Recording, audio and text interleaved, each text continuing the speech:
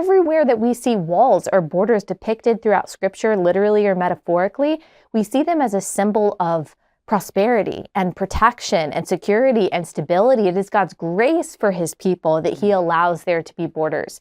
God created governments, Romans 13. He created laws. Of course, we see that in the establishment of ancient Israel. He created governments. He created these nations, sovereignty, as a gift of common grace for us, for our good.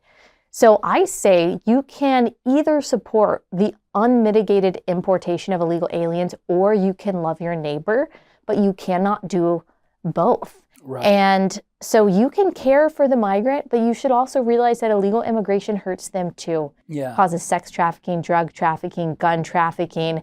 It's good for no one.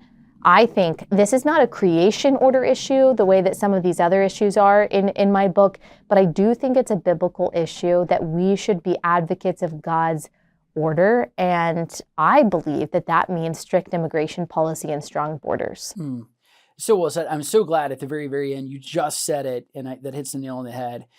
Caring for them as well, recognizing made in the image of God, they're being trafficked across the border. The separation of immigrants is also happening on the other side. It's not over here, but we're talking about children who are not actually being accompanied by their parents. Abandoned in the desert, yes. Toddlers, babies. I mean, just horrific stories. I've seen the pictures of, like, okay, I'm a mom of 3. I'm a mom of, I've got 2 toddlers. I guess I can't call my 5-year-old a toddler anymore. I don't know when that stops, but they're all little, 5, 3, and 1. And imagining them being abandoned in a desert to be trafficked, to be kidnapped, to be drugged by some of these coyotes. Like, okay, if we're supposed to be led by empathy, well, that doesn't even get me to the point of supporting illegal immigration, because I would never want that for my kids. Do I want those in Guatemala and Honduras and Mexico to live prosperously and safely? Absolutely.